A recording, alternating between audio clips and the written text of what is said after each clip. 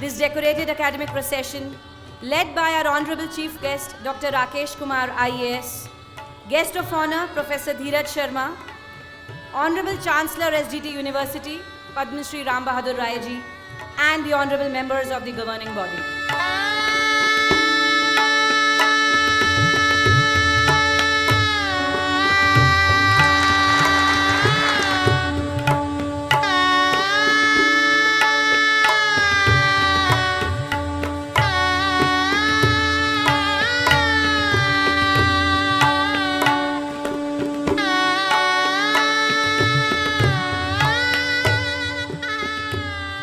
Ladies and gentlemen, may I request Professor Dheeraj Sharma to kindly address and bless our degree recipients, please.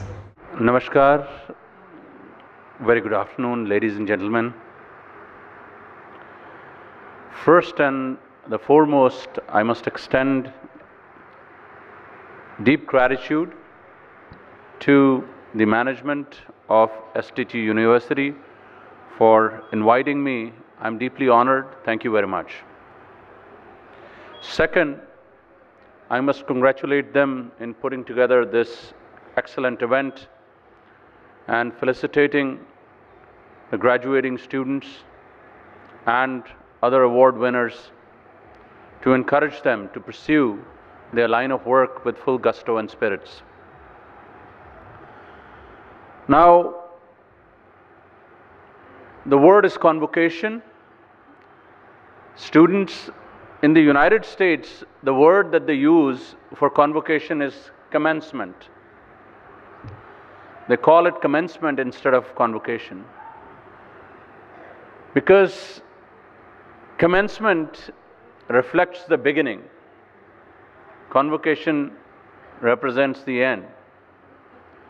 So I think simultaneously we celebrate today end of one journey and beginning of another one.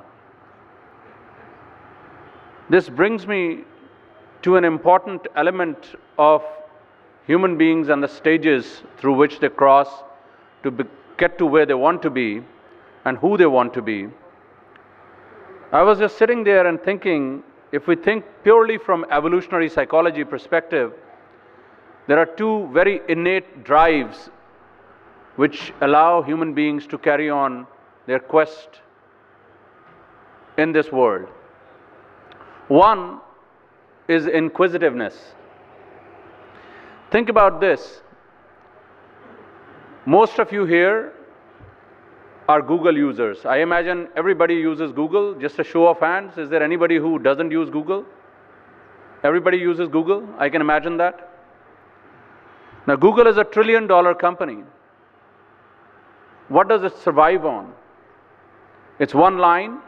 It's a simple blank in which you insert a word and you want to find out some information about that particular thing, entity, individual. And it's a $1 trillion organization, purely surviving on one simple instinct of human inquisitiveness, that you want to know.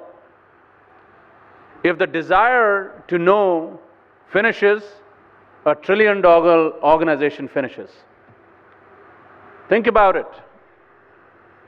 You search, and what is it that you're getting? You're getting information. I mean, sometimes spurious, sometimes accurate, but it's your desire which is creating a value proposition in form of trillions of dollars across the globe. If this inquisitiveness was not the being, then think about so many applications that you're using today to find out. I mean, at the end of the day, it's a zero-sum game. Imagine if you did not know the route from here to go to Chandigarh, which is what, maybe 4.5, 4 hours, if you did not know the route, what difference does it make? It could have taken you maybe an hour, hour and a half longer. You have better roads now, you have improved the infrastructure, you have better signage, but probably at the same time, you have put more concrete, you have added more traffic, probably increased the propensity of people getting into accidents. So maybe it probably ends up being a zero-sum game. I do not know if there is a true progression. I mean, have you really reached the place faster, or you have expedited your end faster? I do not know. I'm a curious researcher, and therefore, the answer to that question is, if the human mind was not inquisitive, if it did not want to know, all of this is a futile effort. Nobody is going to go to the moon unless you are inquisitive. Nobody is going to go to Mars if you're not inquisitive. Because many of these things apparently do not provide you any meaning in the immediate life's events. So, I submit to the students here who are graduating today that please continue to be inquisitive. Convocation does not mean death of inquisitiveness. It is actually commencement of inquisitiveness. It means that you should be able to think more sharply. You should be able to absorb information in a more appropriate manner and process that information and take intelligent decisions which may result in optimal outcomes for whatever you are desiring. So please keep inquisitiveness alive.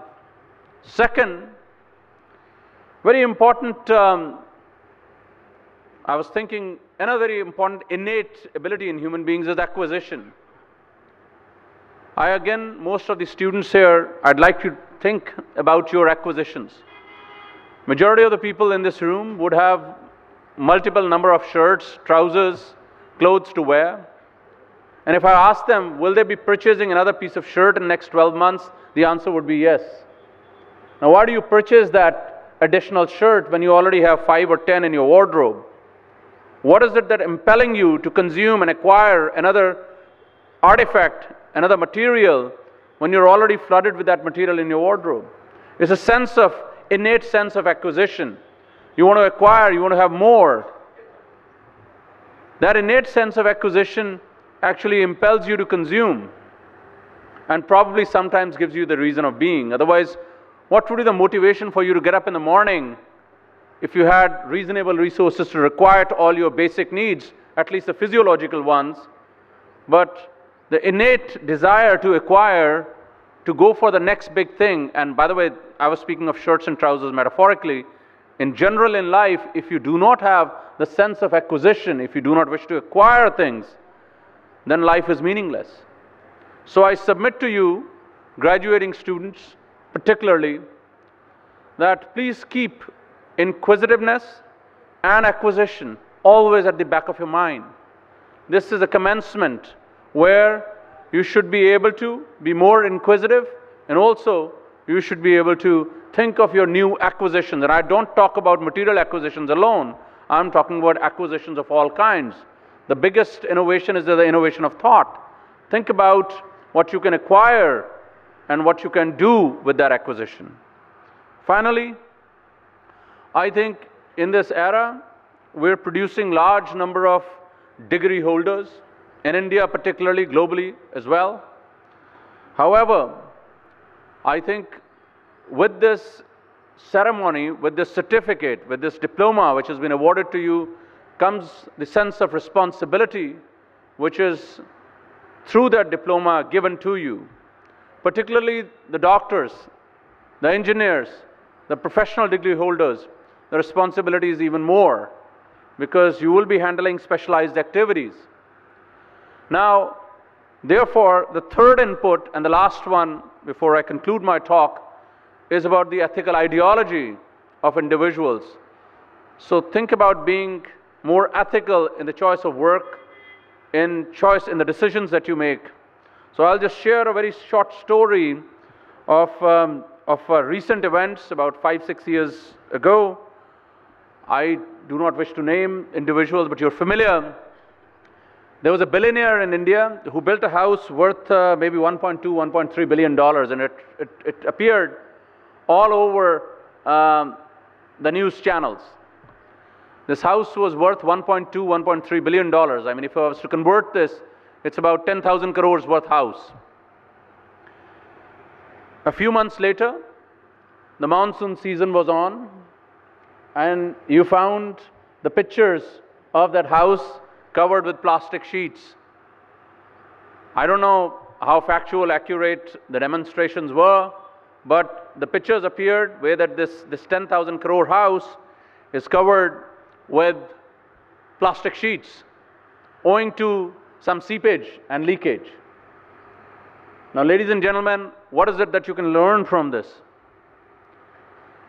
It implies that you can get the best designer, the best architect, the best marble, the best granite, the best stainless steel, best products. But if the ethical ideology of that individual who is laying the bricks is marginally weak, you're going to have a leaky roof.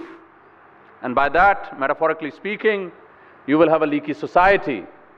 So therefore, I submit to you that in your choice of work, you please think about the ethical ideology of yours, which will allow us to have a non-leaky society at large.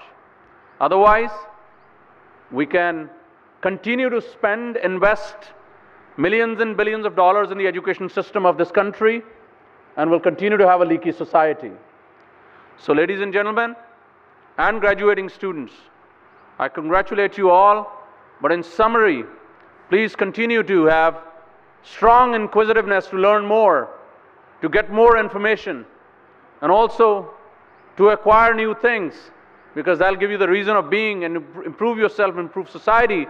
And while doing so, please maintain the highest level of ethical ideology, because that is what is required to build a society which will then prosper. I thank you all. I again wish to thank all the dignitaries here, and I'm honored to be here.